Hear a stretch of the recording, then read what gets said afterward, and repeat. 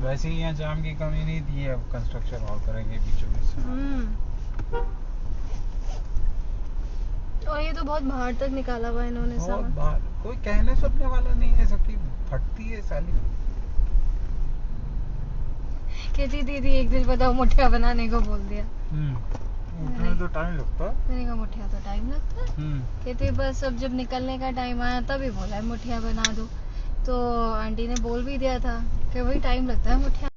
हाँ तो क्या हुआ, तो फिर मैंने बनाया मुठिया।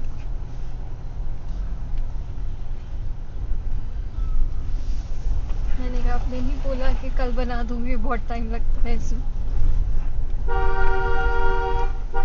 दीदी उनको कहाँ कुछ सुनना होता, फिर लड़ाई कर लेती।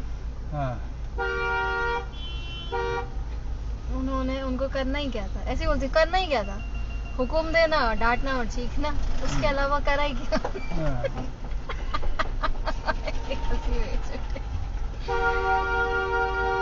मैंने कहा वैसे तो ये क्यों रोक के बैठा है एडवोकेट। तो मैंने ऐसे बोला भी, मैंने कहा वैसे तो मुझे ये फीलिंग आई है कि जितने दिन यहाँ थे आराम से खाना पीना एंजॉय करा उन्होंने। क्या सुबह का नाश्ता, दोपहर का खाना, डिनर सब एक आवाज पे बन के तैयार मिल रहा था उनको। कहती दीदी वहाँ गुड़गांव से आती थी तो बस उबला हुआ चिकन लेकर आती थी, और बाकी तो यही होता था, दिन में 10 बार तो कॉफी बनती थी। मेरी कॉफी बना के चली जा, मेरी कॉफी बना के चली जा, सीमा से बनवाती थी, मेरे से बनवाती थी, और जो खाना पीना बनता था वो बनता। हार्ट पे हार्ट, माय गॉड।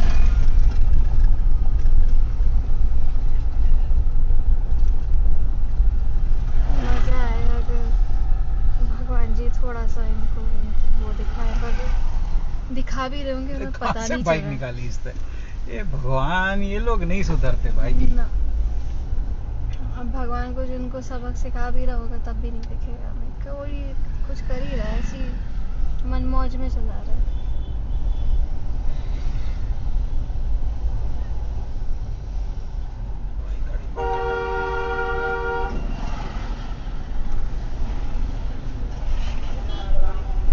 पूजा का मन हो भी रहा था खाना खाने।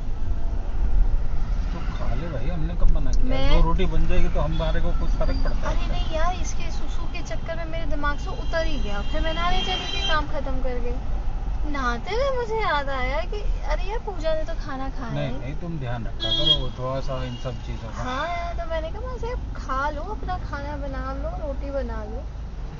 यदि अभी दीदी इसको खिलाऊंगी दाल चावल दोबारा, तब उसके साथ खा लो।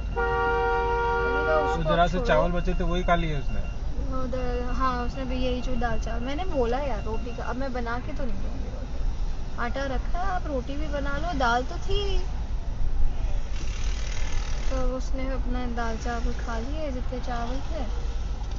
मैंने हाथ कहीं रोक के रखा नहीं है, मैं यही बोल रही हूँ जब मन हो बना लो। हाँ तो बस ठीक है, तुमने अपनी दे रखी है उसको, कर ले भाई, थोड़ा बहुत तो देखो करना पड़ेगा। अगला और यार देखो बेसिक है, अगला पूरा दिन अगर बैठा भी है तो सुसु भी जाएगा, पानी भी पिएगा, खाना भी खाएगा, चाय भी पिएगा। और मैं तो बोल के रखा, कर लो आप जो अपना करना।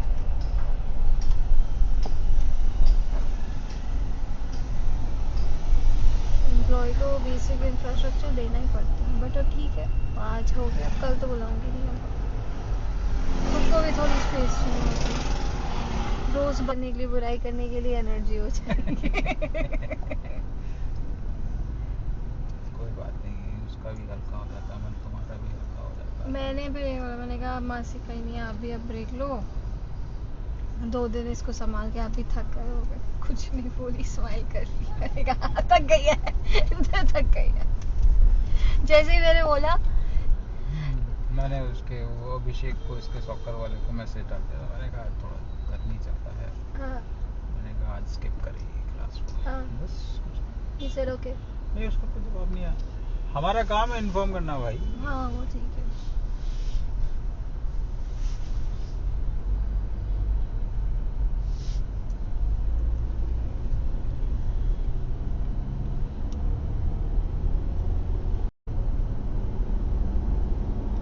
हाँ नहीं, ट्यूसडे ले चलेंगे, तब तक गैप भी लंबा हो जाएगा, थोड़ा फ्रेश मूड से जाएगी।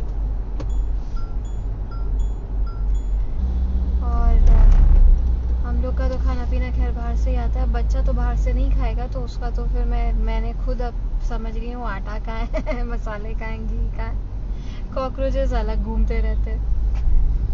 तो कहती दीदी हमने तो यहाँ आंटी के घर में हो गए थे कॉकरोचेस, ट्रीटमेंट करवाया दोबारा नहीं आए।